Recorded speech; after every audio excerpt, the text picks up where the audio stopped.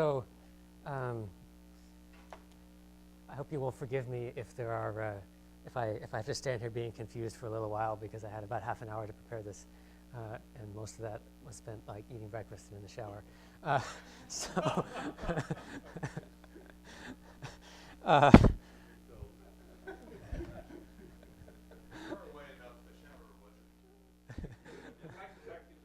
yeah, yeah, I thought you would. Okay, so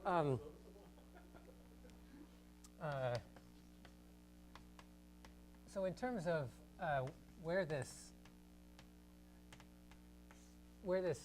fits into the big picture, I sort of see that there's a two-way connection between type theory and category theory that I would like to try to generalize to higher homotopical type theory and higher category theory. So in sort of a more classical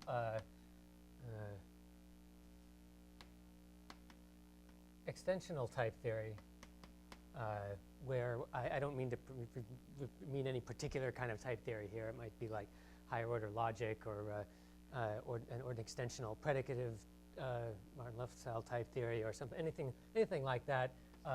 Generally seems to correspond to some kind of ordinary one-dimensional categories. So it might be elementary toposes, or it might be pre-toposes of some sort, or other sorts of things like that.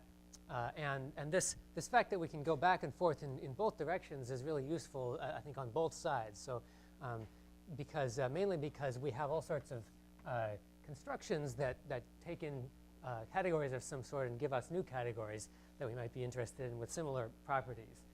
So we can do things, talk about things like pre-sheaves and sheaves, realizability constructions, gluing constructions, and these sorts of things like this. So if we were, on the one hand, if we were largely interested in type theory, then we could view this as a way of building new models of type theory by sort of, we pass to the world of categories and we do these natural constructions. And a lot of times the constructions that we do could be rephrased purely in terms of the type theory, but thinking about them in terms of the category theory can give us a lot of new insights or suggestions for new constructions we could think of, and connections to other fields of mathematics.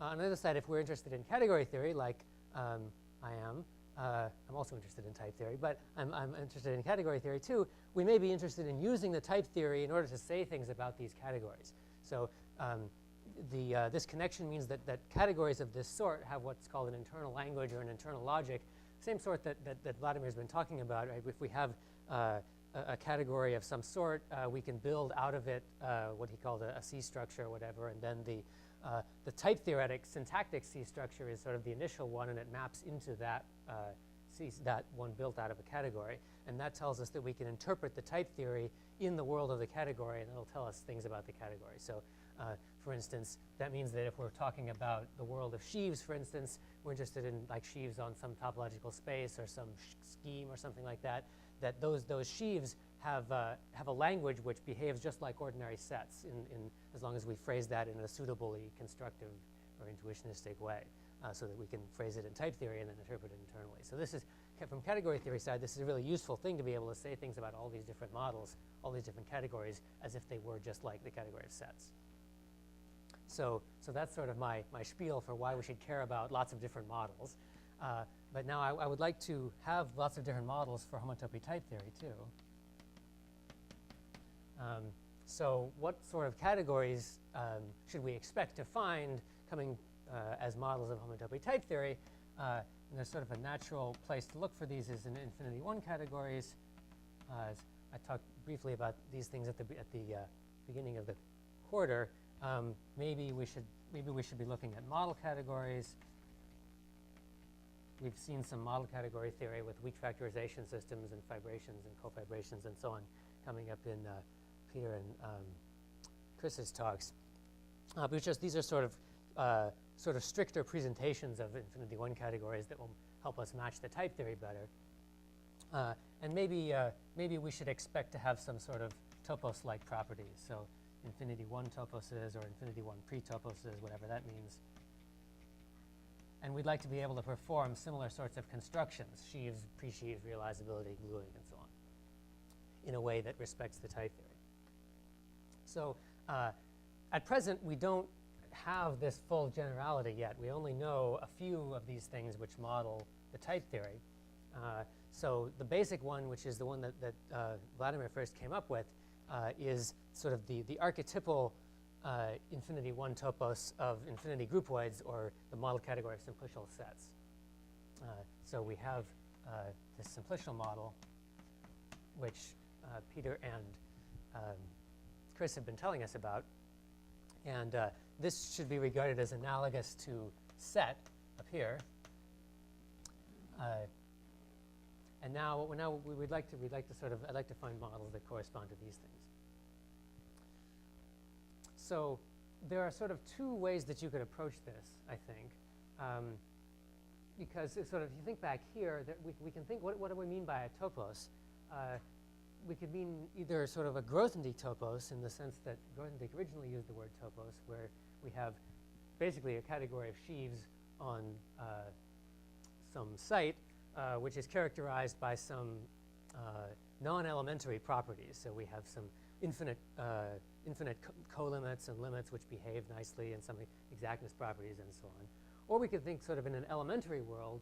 We have the notion of elementary topos, and we can perform the construction sort of more basically just internally to an elementary topos. Inside of an elementary topos, we have an internal notion of category and an internal notion of sheaf on some internal notion of site, and we can build a new elementary topos from an old elementary topos.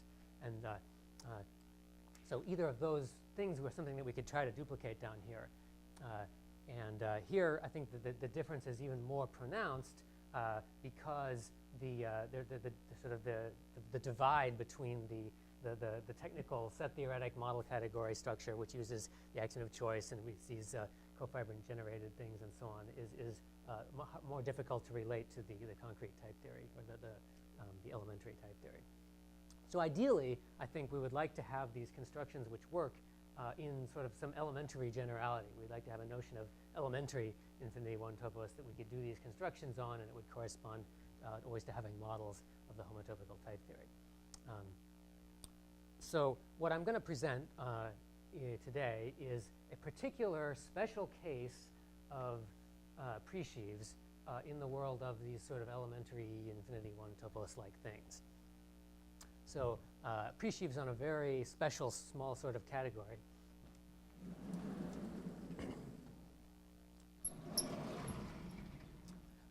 And I'm not going to give you a definition of what I mean by elementary infinity one topos or anything like that. I'm going to work sort of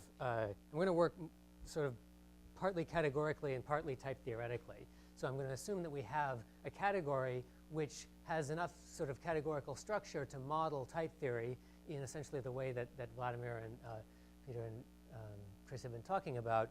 And then we're going to start from that, and then we're going to build a new category which has the same structure, and which also therefore models type theory, and show that in particular that the univalence axiom carries over to this new category of pre-sheaves of some sort.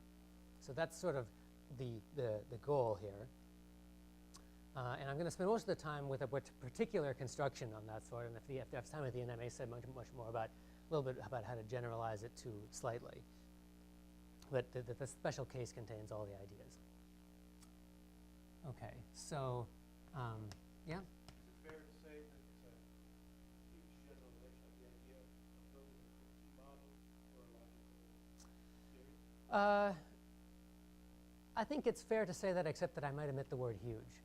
I mean, a pre-sheaf topos is very closely related to a Kripke model, and basically, the extra ingredient in sort of what I'm going to do, passing to the world of infinity or homotopical things, is basically sort of rearranging the Kripke models to be dependent in a reasonable way, so that you can talk about it nicely within the type theory, which is sort of related to logical relations and the stuff that Thierry was talking about with special sets and so on. So it's very similar to a lot of things. All right. So So let me quickly sketch the properties that I need of this category. So I'm going to call this a type theoretic fibration category.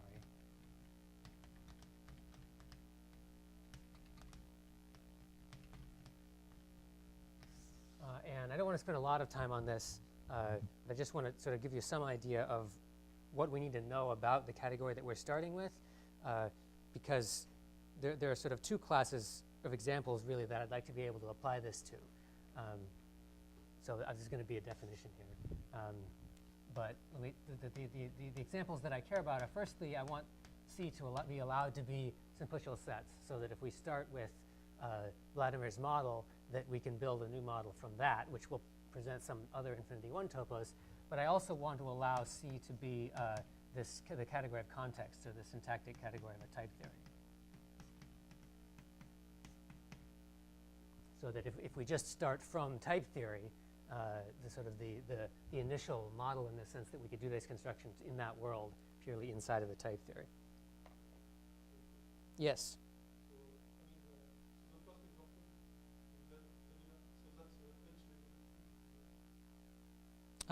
Yes. So when I say category, I mean what I call a category, not a pre-category. So all of my categories, I only care about the objects up to isomorphism. This thing's, I mean, you can fancify this thing in order to deal with this sort of H level 2 business and whatever. But and for some applications, you probably need to do that.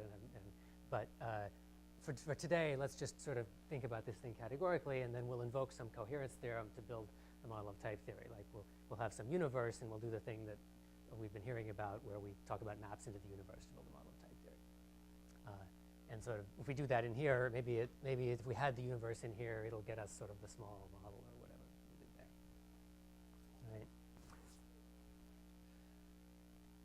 All right. Okay, so C has to have a bunch of categorical stuff. I'm not going to require even that it has things like all limits or co-limits or whatever, because the syntactic category doesn't. But it should have a terminal object in order to be like the empty context, and it should have a class of things called maps called fibrations, which are going to be either, you could think of them as like confibrations or like display maps, so projection from a context to some initial segment of that context, which forgets some of the later types in that context. And the fibrations should be closed under composition, including the nullary composition, so they contain all identities. And they should be also closed under pullback. So I'm not assuming that all pullbacks exist, but pullbacks of fibrations exist and are fibrations.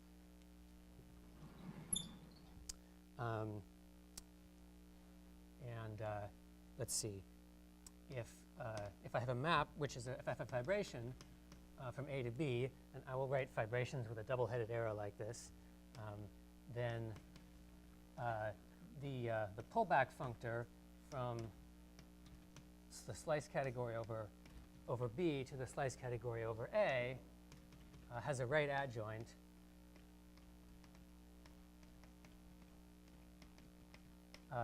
taking fibrations to fibrations.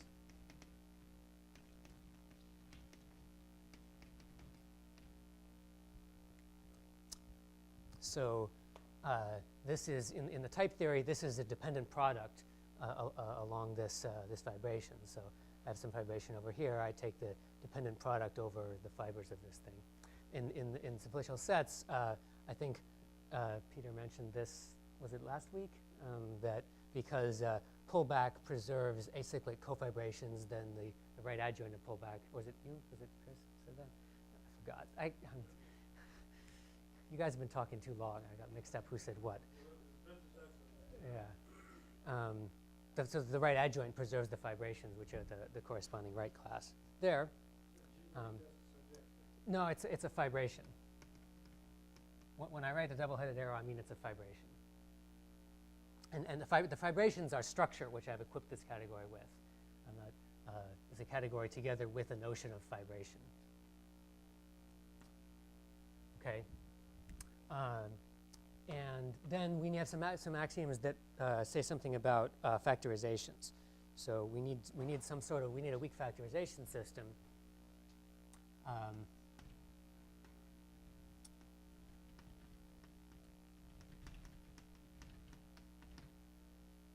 Remember, a weak factorization system means that I have two classes of maps, say the left class and the right class. And first of all, every morphism factors as something in the left class followed by something in the right class. And if I have a commutative square with something in the left class and something in the right class, then I can always find the dotted lift. Right? So the fibrations are the right class of a weak factorization system.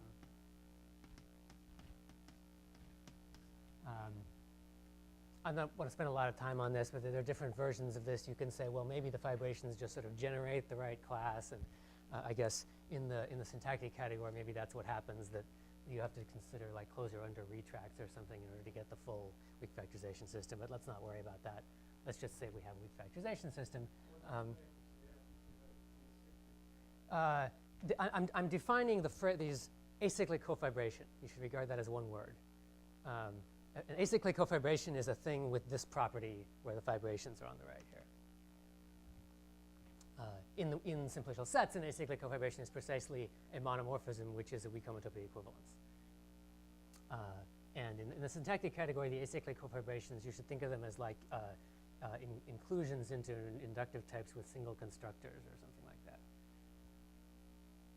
And then there's one sort of pullback stability axiom. So I'm not going to state this very precisely, but sort of acyclic cofibrations are stable under pullback along fibrations, and acyclic cofibrations between fibrations are stable under pullback.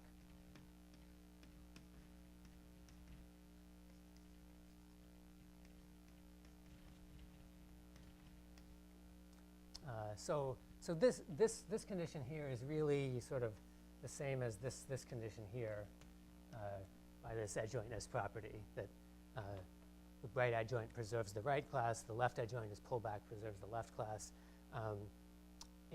But if you were modeling a type theory that didn't have dependent products, then you would need this sort of explicitly.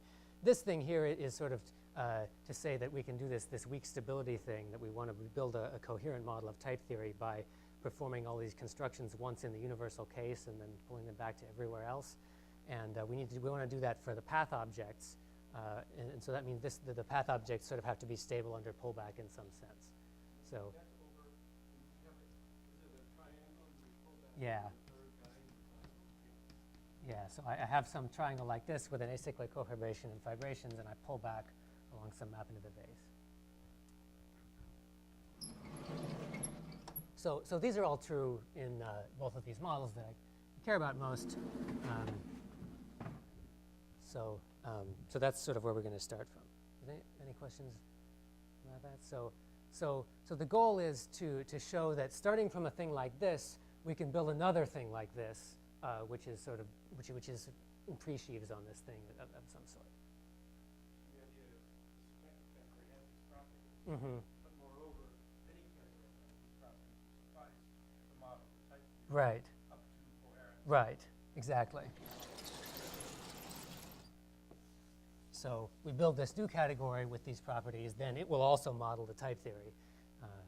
So whether it might be diagrams of simplicial sets or it might be just diagrams inside the type theory.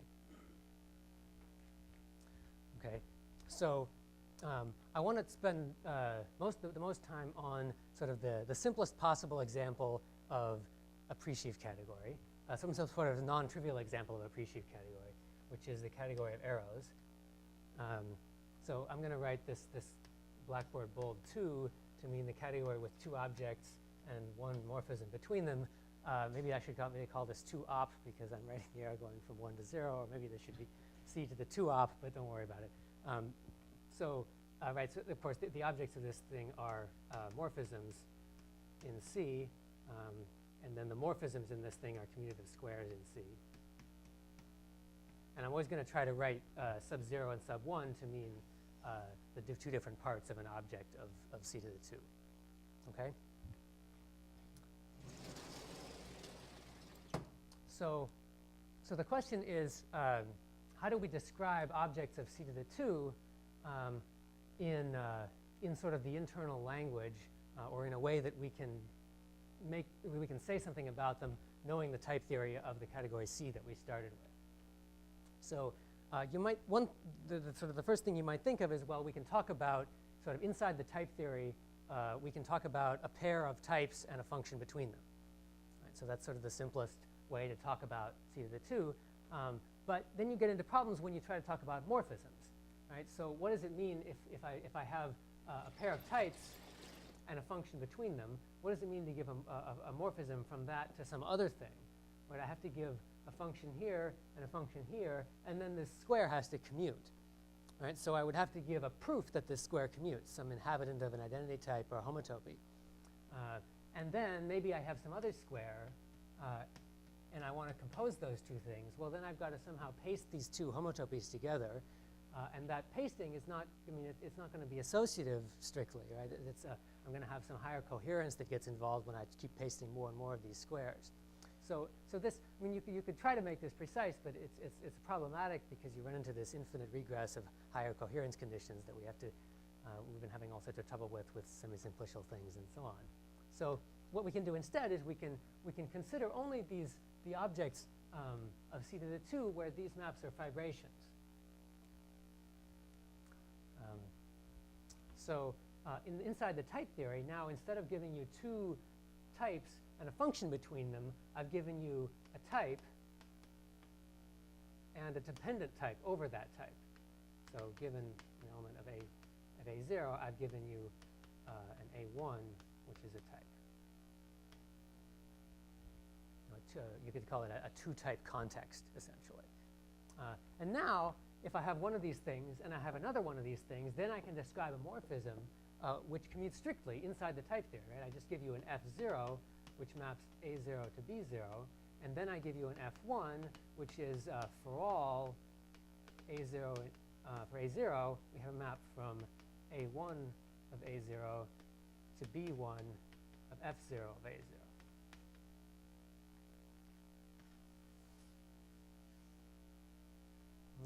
So and now these sorts of morphisms will make this square sort of commute strictly, and they'll compose strictly associatively, and we paste these squares together.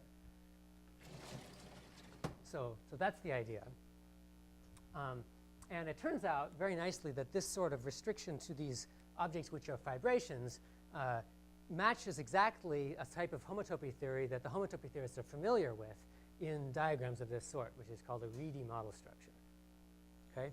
So let me give you the definitions then inside this category. Yes?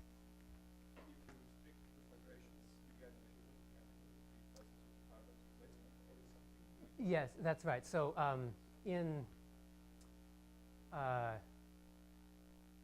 so if C is one of those things, then every object of C to the 2 is equivalent to some map where it's a fibration in some sense, because I have this factorization, right? So if I have some arbitrary map A1 to A0, then I can factor it as an acyclic cofibration followed by a fibration.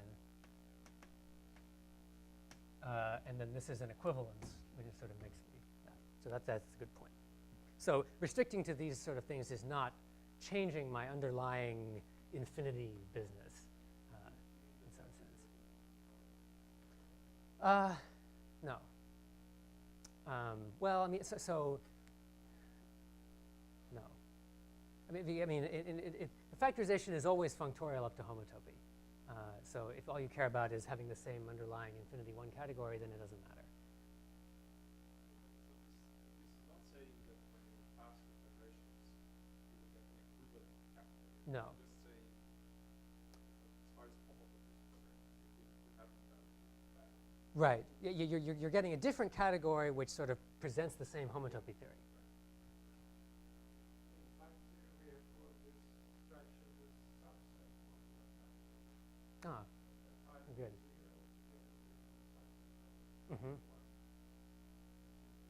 Yeah. So yeah, that makes sense from this propositions as types perspective, I guess. Well, I guess you can also think of it as sort of an internal unary logical relation, if that is something that makes you happy. It's a good thing to think about too. So yeah, so this is not a new idea of thinking about a model like this, certainly. Okay, other questions?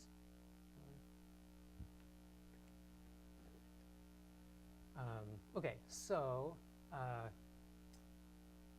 going to define what the fibrations are going to be in this category here.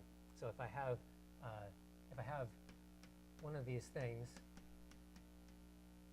morphism in C to the 2, I'm going to call this a Reedy fibration, or it's called a Reedy fibration. So first of all, let me give these names, F0 and F1. First of all, F0 is a fibration. Homotopy theory, model category theory.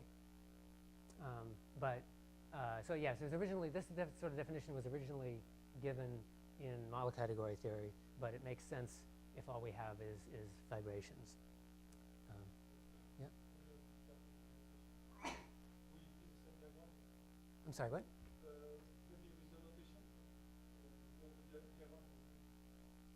You mean whether F1 is this function or this function? Or? Yeah. Yeah.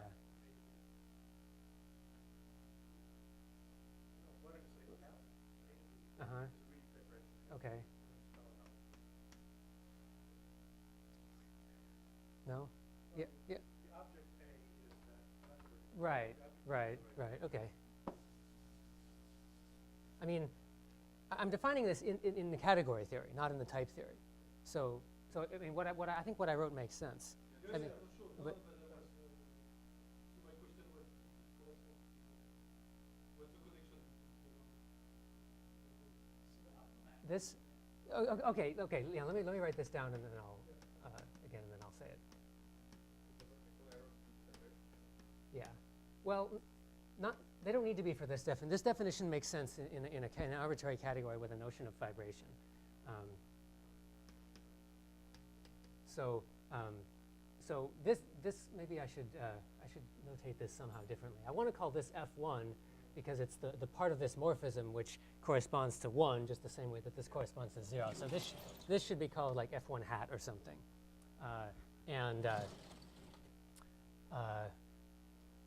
What is the precise relationship here? So F1 is F1 is a type in A0 to B0, so it's some global element of the exponential.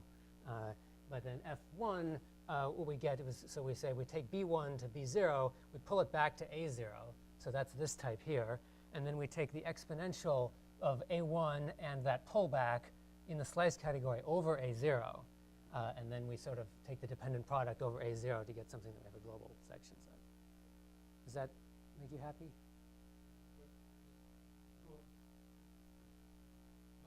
Not yet? Okay. Okay, so the condition is F0 is a fibration, and the induced map from A1 to the pullback of A0 and B1 over B0 is also a fibration.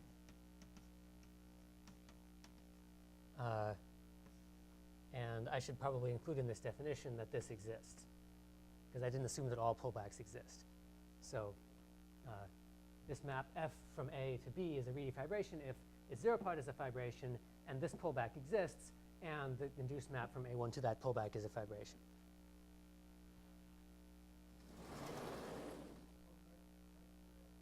This is just a category theoretic definition.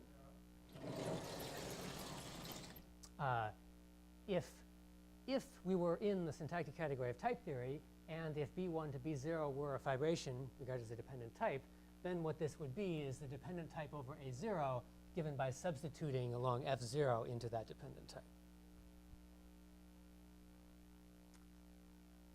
Okay, so this is what it means for a morphism to be a fibration, and then the objects that make up our model will be the ones which are fibrant. Right? So just like we had to restrict to complexes in the simplicial set model and confibrations between them, here we're going to restrict to the objects which are Reedy fibrant. In other words, their map to the terminal object is a Reedy fibration. So what does it mean for the map to the terminal object to be a Reedy fibration? The Reedy fibration, the terminal object is just two copies of the terminal object. So this is a Reedy fibration. So first of all, A0 to the terminal object has to be a fibration. So in other words, A0 is fibrant. A0 is a complex or is a type. I mean, because in the syntactic category, everything is fibrant. And then the other condition is sort of A1 has to map to A0 with the pullback over the terminal object. With the terminal object, well, that's just A0 itself. Has to be a fibration. So now A1 mapping to A0 has to be a fibration. So the Reedy fibrant objects are precisely the ones that I said we wanted to look at here, where there's these maps where this is a fibration and this is also a fibrant object. Does that finally answer your question? Okay, great. So now also notice in this definition, if B is Reedy fibrant, then B1 mapping to B0 is a fibration, and therefore its pullback automatically exists. Right? So in the case when I'm talking about Reedy fibrant object, which is the one we care about, asking this pullback to exist is not an extra condition. It's sort of automatic, and it just asks that to be a fibration. And now the general Reedy fibration can be thought of inside the type theory as well as a pair of sort of a dependent type and then a doubly dependent type. So let me say what I mean by that. So if I have A0 to A1 to A0 is a Reedy fibration. So remember I said this was a type and a type dependent on that type. So now if I have a Reedy fibration over that, I guess I switched my A's and my B's, but that's okay. F0 has to be, first of all, to be a Reedy fibration, F0 has to be a fibration. So that means B0 is a type dependent on A0. So we have something that looks like this. And then B1 has to be a type dependent on the pullback of these two things. So the pullback of these two things is, if you have this is a context with one type, and this is sort of, each of these is that context extended with one additional type dependent on that one. So the pullback is going to be a context with three types, or three variables, A0 and A1 and B0. And then we should have a type dependent on all of those. So B1 of A0, A1, B0 is a type. Does that make sense? Okay. So these are our objects. These are our dependent types.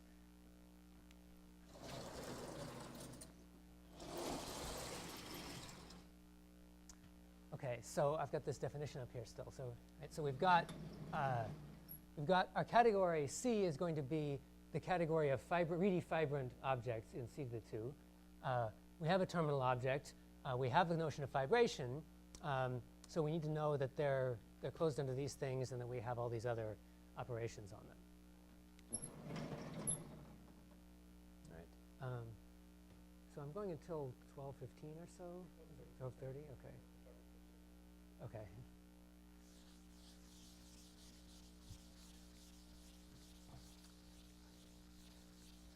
So I think I won't check all of these things for you. What do I want to do here? So my claim is that the Reedy fibrations and Reedy fibrant objects satisfy all of these conditions. So I don't think I'll go through and prove all of that for you. Let me tell you what the acyclic cofibrations are. And then, yeah, let me tell you three things, three cases of this. Okay, so the first one is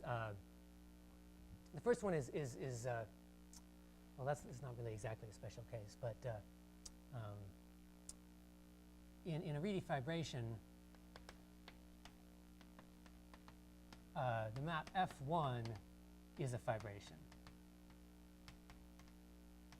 Right, in this sense here, so F1 is the morphism in the category from the object A1 to the object B1. The reason for that is just that it's a composite of two fibrations. So B1 has a fibration to this pullback, and then this has a fibration to A1 because let's see, B0. So this is F0 down here. F0 is a fibration. So the pullback of this fibration along this map is this fibration. And I compose it with this fibration, and I get another fibration, which is F1. So that's useful to know. The other thing is I want to tell you what the acyclic cofibrations are.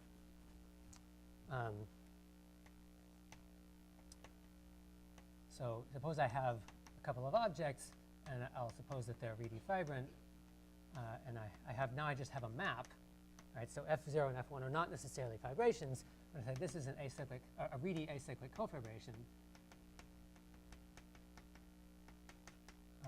Just when F0 and F1 are acyclic cofibrations in C.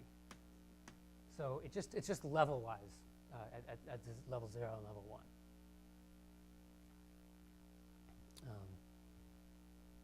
So why does that give us a weak factorization system? Let me say a little bit about that.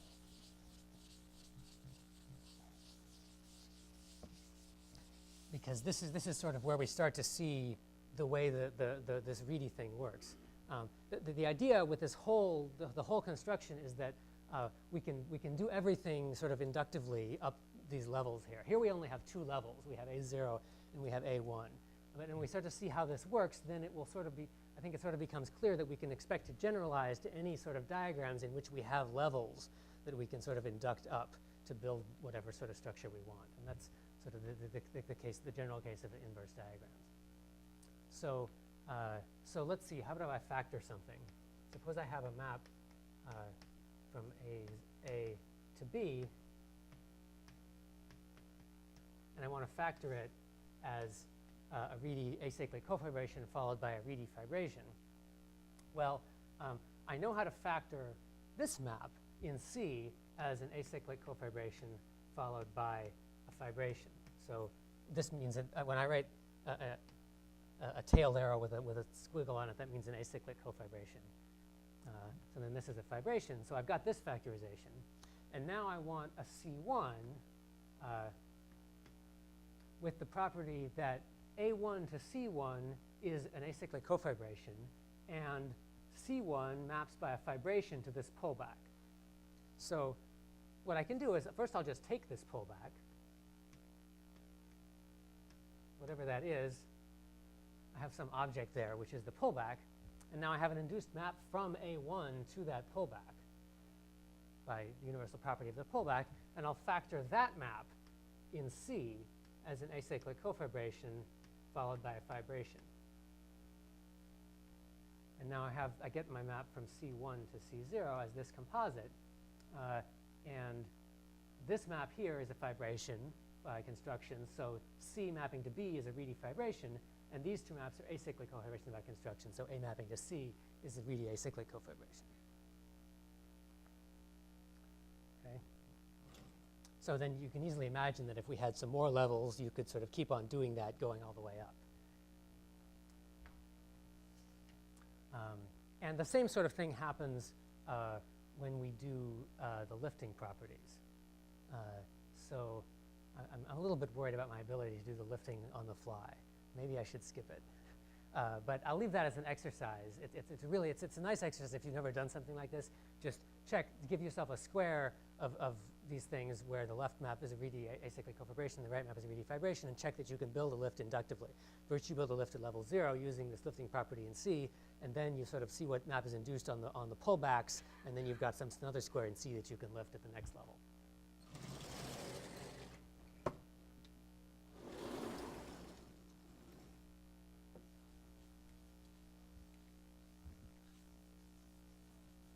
Okay. Oh, my notes over here. So then the last one I want to tell you about, because it's going to go into the univalence axiom, is dependent products.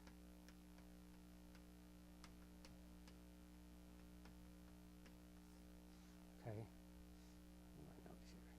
So suppose we have a composable pair of things that we want to take the dependent product of in the world of these Reedy things. Where is it? Here we are. Okay, so I've got, let's say, B mapping to A and to C. So this is a diagram in the category of Reedy fibrant things. Let's call this G and this F. And now I want to build some dependent product, pi sub f of G, which is going to be a Reedy fibration over C, which represents this dependent product in this model. Okay. So again, we do it inductively, but we have to sort of think a little bit about how to do the level 1 step. So the level 0 step is just going to be the dependent product in the category C that we started with, and then the next one we're going to sort of have to do some little bit fancier things. So actually,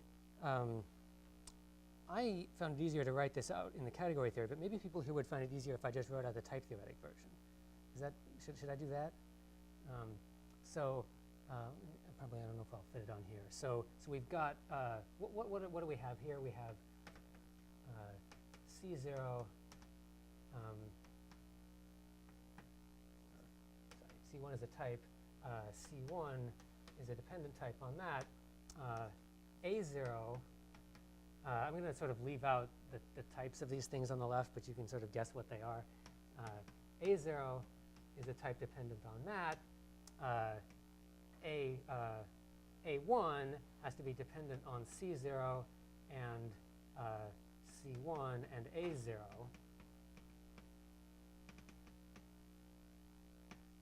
And then we have this third one. So B0 is going to be dependent on C0 and A0.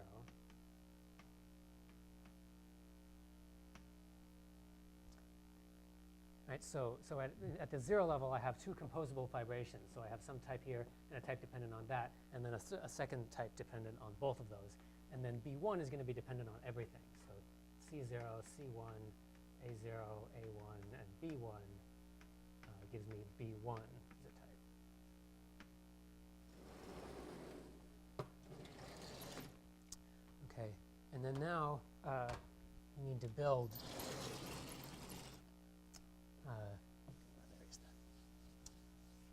this dependent product is going to be a type of a Reedy fibration over C. So first I need to give this thing at level 0, which is, so that's just going to be a type dependent on C0.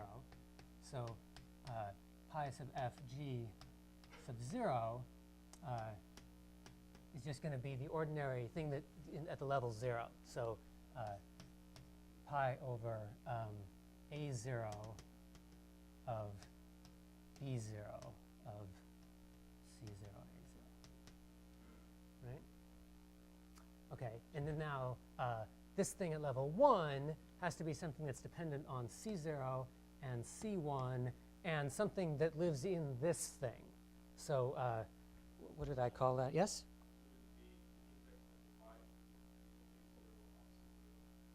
Yeah. Thanks. Getting sloppy here. Was it? Oh, yeah.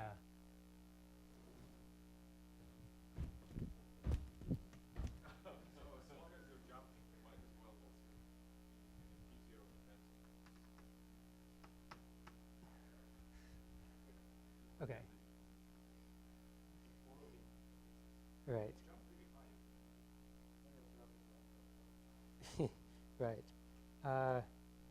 Okay. I called this F, but I shouldn't call it F. I should call it like H. So I have C0 and C1 and something like H0 that lives in this thing.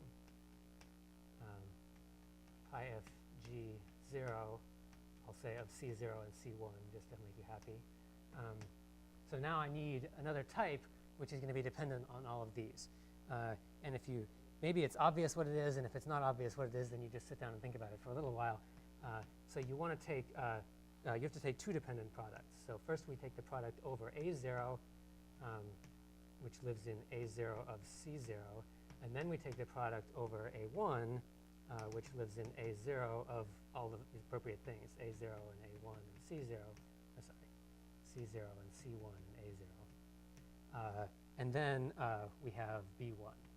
So B1 depends on all those things. So we have C0, and we have C1, and we have A0, and we have A1 from here. And then for B0, we have H0 of A0. Right? So this is the Reedy fibration over C, which gives this the dependent product in this model. Hmm? Yeah. Okay.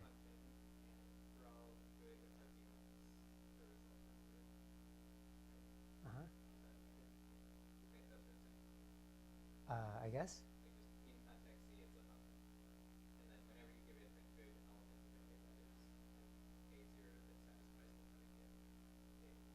Oh, I see what you mean. Yes. So if you're thinking of B as a predicate on A, I see. Okay. Yes.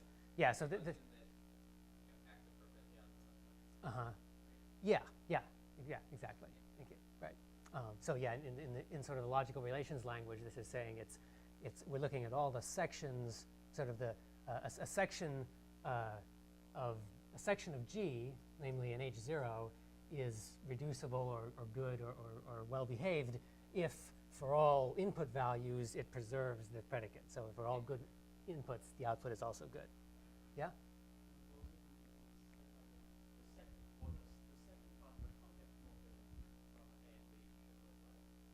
Uh-huh. Right. Right. Yeah. No, I shouldn't have. Yeah, I was sloppy here. I should say like a partial right adjoint. And that's all we have in this case already. This thing is only defined on the fibrations. Whereas in the case of simplicial sets, if we did this in simplicial sets, the dependent product does exist in all cases, but it's only in the case of fibrations that it has this nice concrete description, which is what you care about. Yeah, that's the only one we need, and we really need that explicit description in order to do things with it. All right. So now maybe you'll believe me that we have satisfy all these other properties as well. I'm sort of giving you some examples to see how it works. Okay, so now, yes. No, I mean, I gave you how to construct the thing, but I didn't tell you how to define the abstraction and the application and so on. That's okay, but then what's the next? Shouldn't there be some factoriality? You mean with respect to pullback substitution, or? I mean, like, kind of like I'm thinking in terms of like the literature set or something like that, where that really checks with this construction in factorial context. Is there anything like that to show that this thing? It's not proving that it's an adjoint right now, but it could be. Is there anything like to show that this is a fibration? By definition, it's a fibration, because I gave you it in terms of dependent types. Okay. Okay, so if I'd written it out categorically, then it would be a fibration using this fact, right? Sort of, I would interpret this as a construction in C, right? So this would mean take the dependent product of B0 to A0 along F0, and then this would mean take some other dependent product of B1 along a composite of two fibrations, and that would also be a fibration because of the property in C. Okay?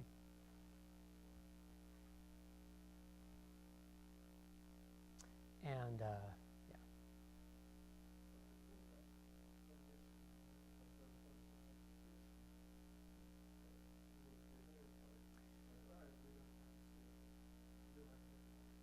So you're saying that if I have some morphism to map into C and I pull back this whole thing, then it needs to prospect this thing.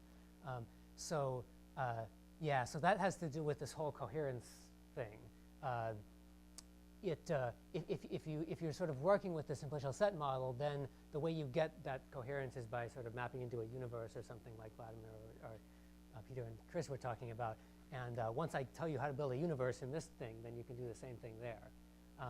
Alternatively, if you start from a C, which is split in the sense that everything is preserved strictly under pullback, then that sort of carries over because this is a construction which is sort of done inside the type theory. And so I just sort of substitute in C here, and then it should work. Okay?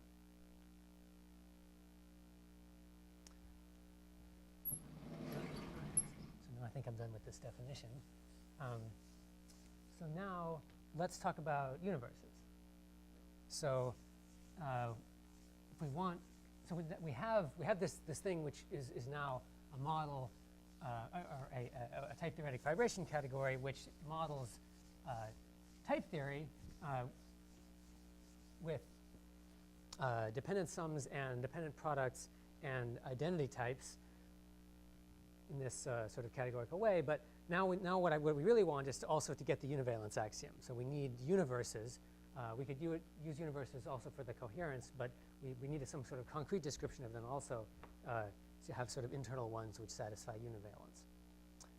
So the universe is built in this sort of inductive way, and it's very similar to the universe of semi-simplicial configurations that Thierry was talking about. So so we're going to start out by saying we have a universe in C to build a universe in this new model. So suppose we have a universe in C.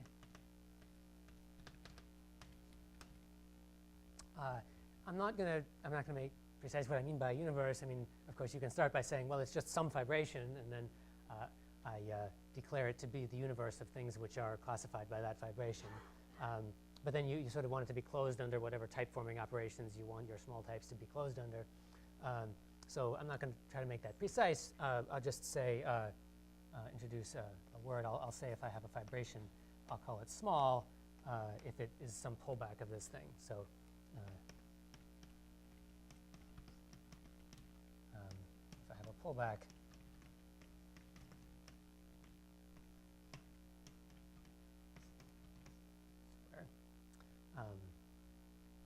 and of course, if you want to be technical about it, then you should say, well, I have some sort of named fibrations or fibrations equipped with the structure of being small, which are sort of given by maps into U. But let's not get into the details of that. I just want to sort of build a universe in C to the 2, which classifies sort of small Reedy fibrations in a suitable sense. So what does it mean to be a small Reedy fibration? Well, there are a couple of things that you might guess. And in some cases, in cases like simplicial sets, they turn out to be equivalent. What we really want the definition to be is we take the definition of Reedy fibration and we ask for all the fibrations in it to be small. So maybe I'll just say that. So Reedy fibration, I'll call it small if F0, so that's my fibration from A0 to B0, and this induced map fibration to the pullback are small in C with respect to this universe. If small fibrations in C are closed under composition, then that implies that F1 is also a small fibration. Because F1 is if you take this thing and then you compose it with this sort of projection down to B1, which is the pullback of F0, and so it's small, and so this composite is also small. And if you're in simplicial sets and where smallness is just a condition on the cardinalities of the fibers, then as soon as you know that F0 is small, that F1 is small and that this map is small, then it automatically follows that this map is also small. So, this is not really important, but in simplicial sets, this is equivalent to saying that F0 and F1 are both small, which is sort of the other thing that you might guess that a small fibration might mean. But in general, we want this version, which is not really surprising from the type theoretic point of view, because those are the two dependent types that go into regarding this thing as a context, and we want those to be classified by the maps into the universe.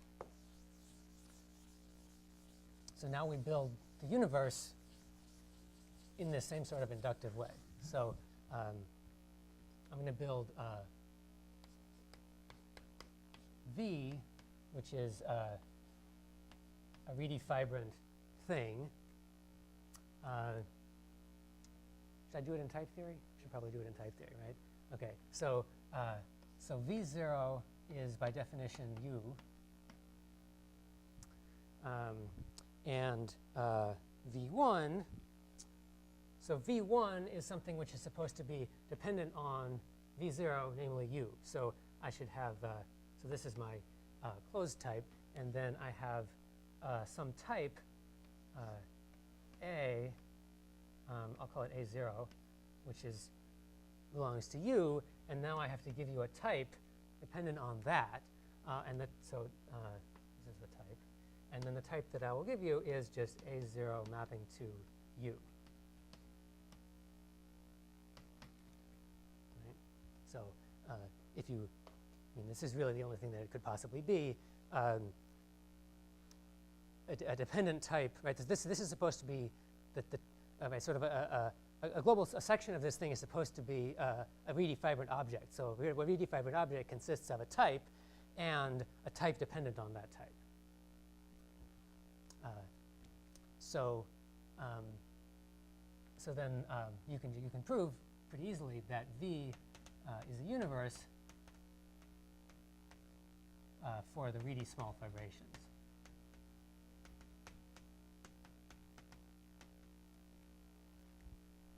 In the sense, so what I mean by that is that a Reedy fibration is small in that sense, precisely if it is a pullback of, oh, I didn't tell you the universal V tilde. The pullback of the universal V tilde over V along some map into V. So this is V1 of A0.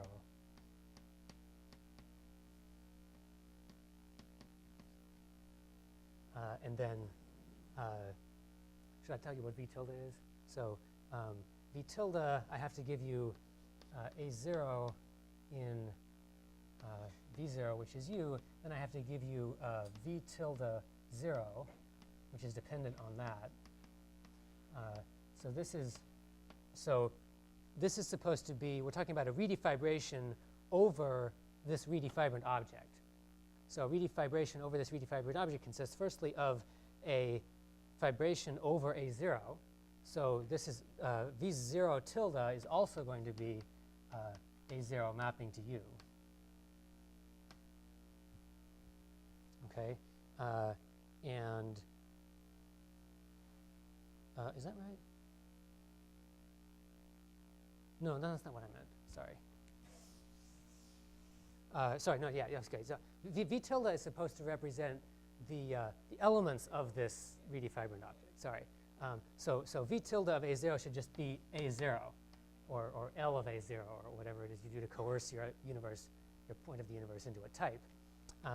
And then V1, V tilde, is supposed to be dependent on something in V0. So we have an A0 in V0, and we have one of these things, an A1, which is a type dependent on A0. And then we have something in V tilde 0 of A0, which is just a point A0 in big A0. And then I have to give you a type, and the obvious thing that I have to give you is A1 of A0. So this is V1 tilde of all that stuff. make sense? So, so if you were doing this in the category theory, then you would build this whole thing in terms of exponentials and slice categories and whatever, and you would come out with the same this thing. Up in each level, I'm thinking of the subsets as H props so far, then suddenly order configurations. That's correct. Yes. So if, yeah. But I don't want to restrict the H level really, but yeah, that's right. That's right. So what?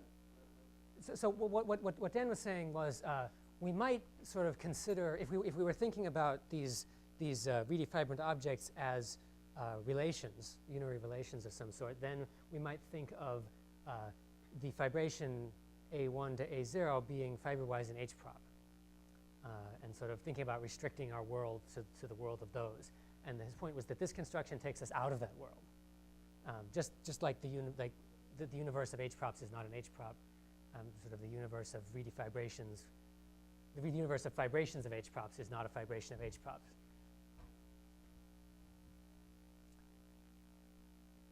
Okay.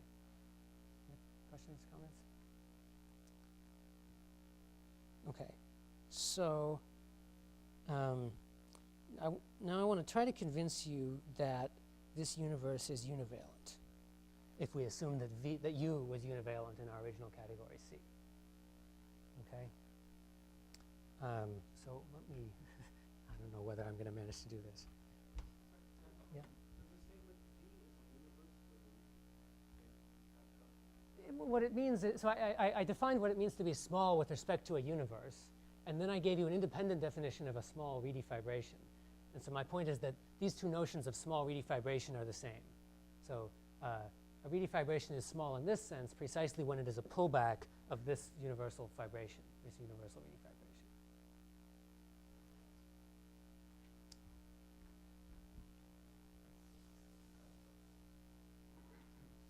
Actually, let's get that up there.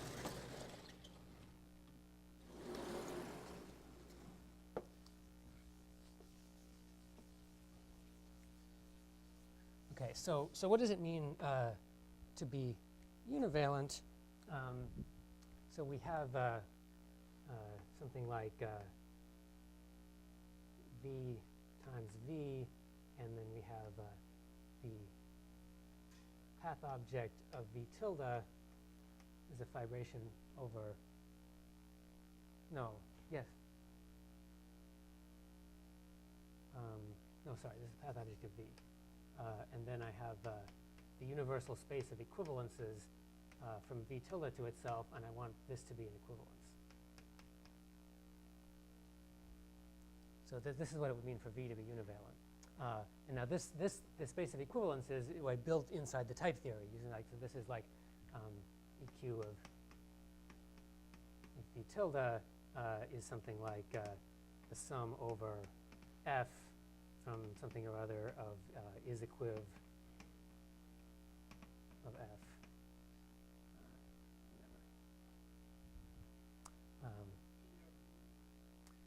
This is the path space of this thing, which represents the identity type in the type theory.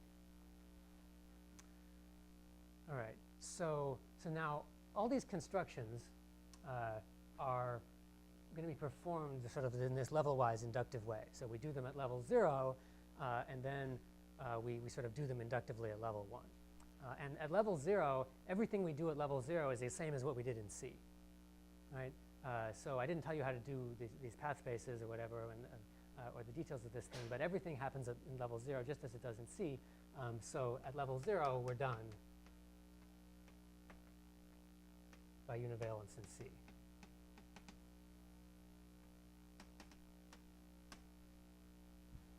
Right? So now let's think about what we have to do at level 1. So we have I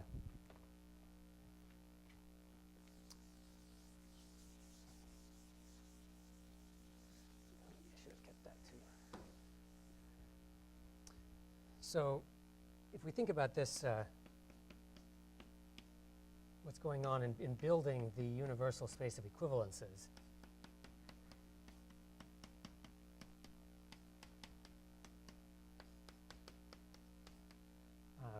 This last step here of taking this dependent sum over functions of the equivalences, I say, so I've got V0 and two copies of V0, and now this is going to be the space of functions.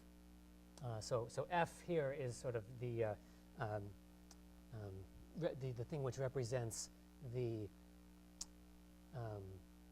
functions from one type, from an arbitrary type to an arbitrary other type. And then E over that is sort of the predicate, the H prop, which asks it to be an equivalence.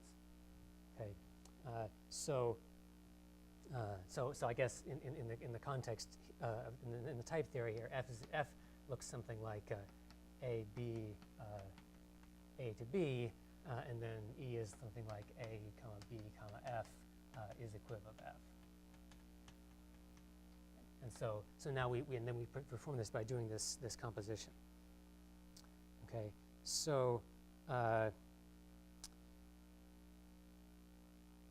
I'm going to first of all, instead of is equiv, I'm going to use is H iso in the same way that Peter and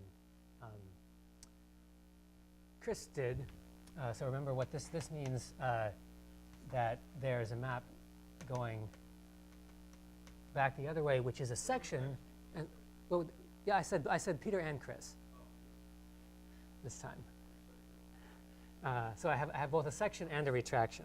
So let's see, I call this S. So there's a section. So F of S of A equals A. So this is identity type, and also I have a retraction, which might be a different map, such that for all B, R of F of B is equal to B. So that's this type E dependent on F. Yes, they do.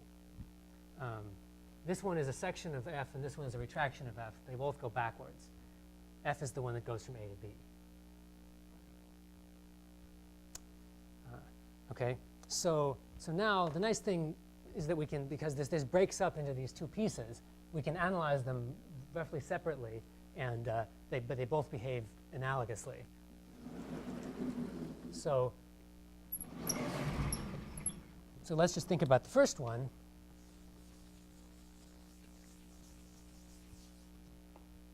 Okay, so in the first one we have this thing which looks like A, B, F gives me the sum over S for all A, F of S of A equals A. Okay, and now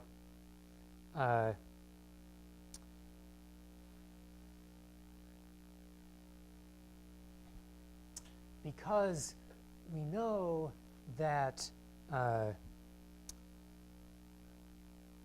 this is the part that I didn't get a chance to prepare very well.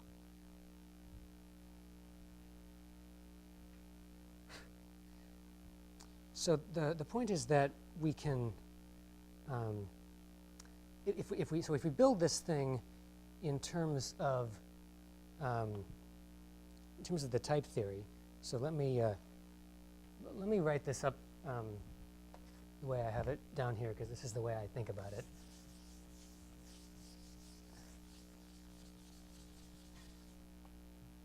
Okay, so this thing is going to be something dependent on A, B, and F, and S, and then this thing here. So it's going to, if we think about this tower of context, which adds each of these variables, and each of those is a Reedy fibration. So at the bottom level, we have sort of A0, the context of A0 and the context of A1, and then we add to it the context of B0 and B1, each of which is dependent. Everything here is dependent on the things below it and to the right.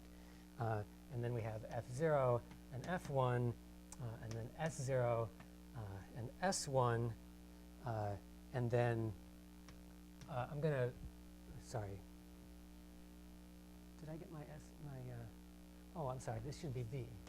I got my B's and A's mixed up. My A's and B's should be switched over there too. So I should have B0 and B1 here, and then I have some path, some equality. So P0 says F0 of S0 of B0 is equal to B0, and P1 says something like something has to equal B1, and it's something like F1 of S0 of B0, comma, S1 of B0 B1. So this is something which lives over this, and then I have to transport it along P0 to get something that I can compare to B1.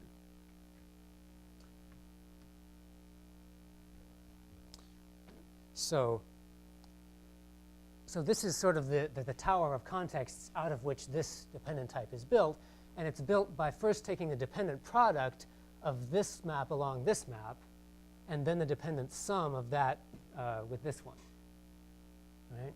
So now, if you can forgive me doing some erasing here, when I take the dependent product, what I get here is something that lives in for all B0, F0 of S0 B0 equals B0.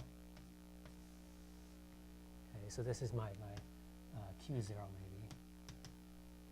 And then the thing which lives over here is that this thing which I didn't erase, this double dependent product, right? So this is going to be for all B0 and for all B1, this thing. I'll call that Q1. Is everyone with me? All right. And now what we do is we take the dependent sum over this extra level. And so that just consists of adding a sum over Q0 here. No, sorry, sum over S0. And a sum over S1 here.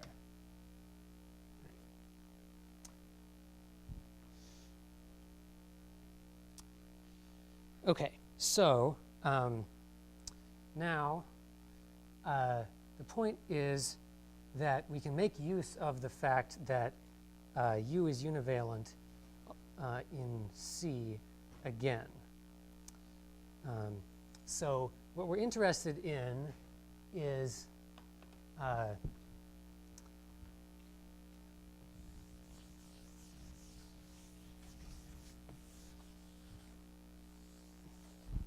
we're interested in the map from PV1 to EQ of V tilde 1 over V1 cross V1. That's the thing that we're currently trying to show is an equivalence. But we know that this map here factors through PV0, the pullback of PV0 over the 0 component of this with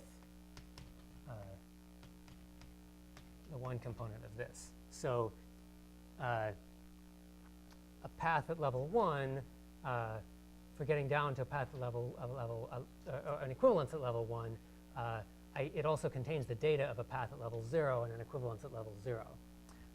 And moreover, this map here is an equivalence because it's a pullback of the 0 level map.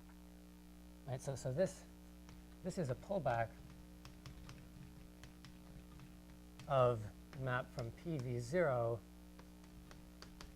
to EQ of V tilde 0 along the fibration from EQ V tilde 1 to EQ of V tilde 0.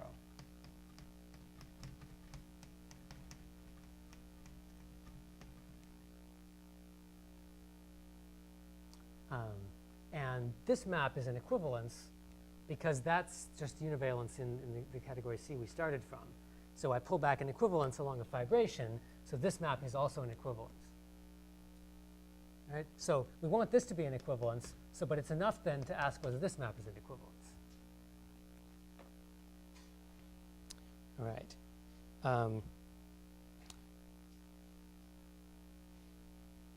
So now what we're interested in, so now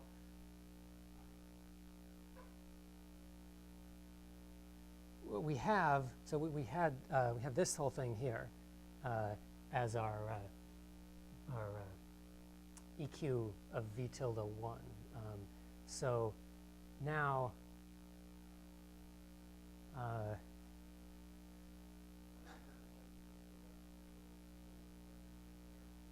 oh, we need to prove that.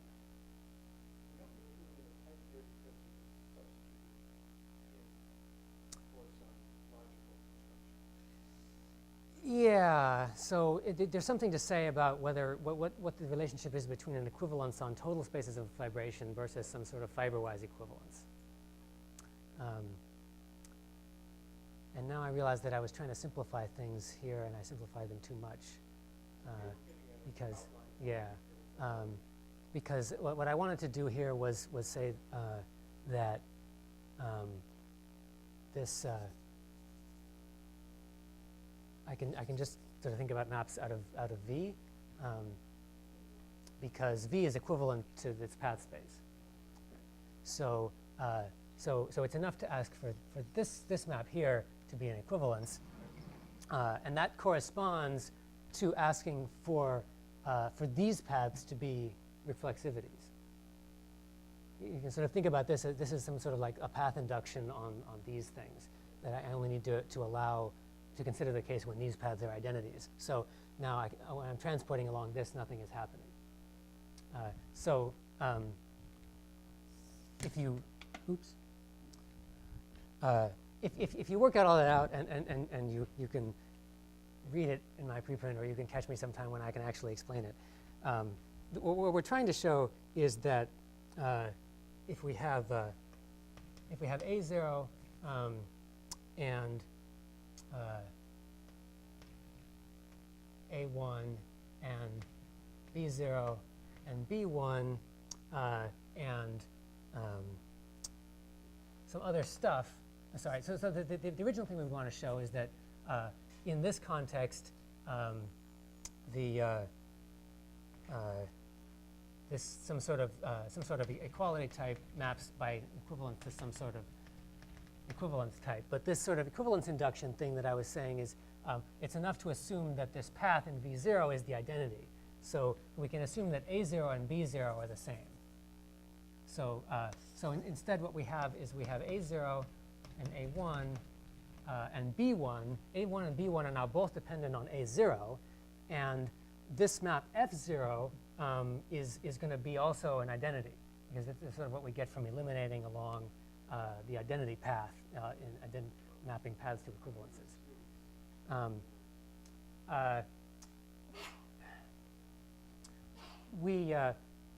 Because we're pulling back, we're pulling back along this here. Right? So this is saying I'm looking at something in here. So an equivalence in V1 whose image in equivalence of V0 comes from V0. And the map from V0 into this thing maps into identity maps. So that's why I'm allowed to take F0 to be the identity too. So what I need to know is that given A0 and A1 and B1, that the map from this equality A1 equals B1 maps by an equivalence into whatever other thing I want to know. So this is going to be something which is built out of those things. So it's going to be, remember, we're taking the product of these two parts. So we have the section part and we have the retraction part, and they both look similar. So they're looking like there's a product over S1 of sum over S1 of a product over A0 and A1 of some equality, and a sum over R1 of a product over A0 and B1 of some other equality. And now this whole thing here can be rearranged using function extensionality by pulling out the product over A0.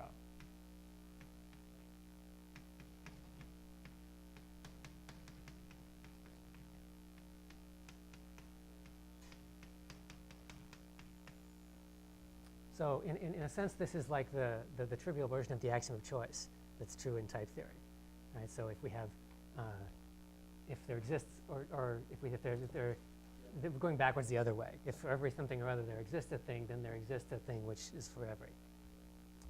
And now this in here is just that thing dependently, right? So this is H iso of F1 of A0.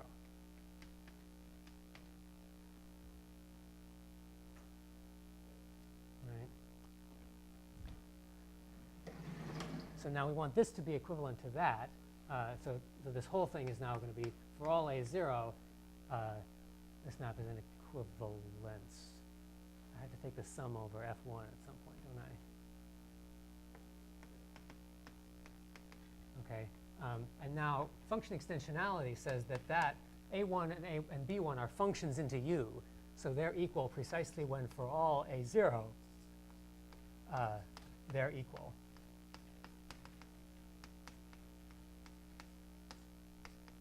Okay, and now I can rearrange this thing again, and now this is equivalent to this again by univalence in C.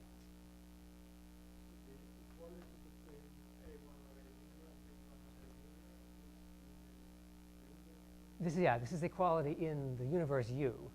Up here we had equality in the type of functions from A0 to U, and then this is equality in the universe U. And so this is saying, right, so this type here is equivalent to this type here. This is just the type of equivalences from A1 of A0 to B1 of A0. So this is equivalent to that by univalence in C. And now I take this is for all A0, and I have function extensionality again that makes this map an equivalence. So that was really fast, and probably nobody understood it. But you get some idea of what's going on. So the takeaway is that the fact that we can define these things inductively, we do level 0 and then we do level 1 and so on, we get some explicit description of all these constructions, and then we can sort of induct up that stratification to prove all sorts of things, like the univalence. We have the univalence at one level, we get the univalence at the next level by manipulating it down into telling us about the level we had before. So you can, I should stop, but you can imagine, so you can generalize this to categories other than 2, where you have multiple levels, or maybe you have multiple objects at each level.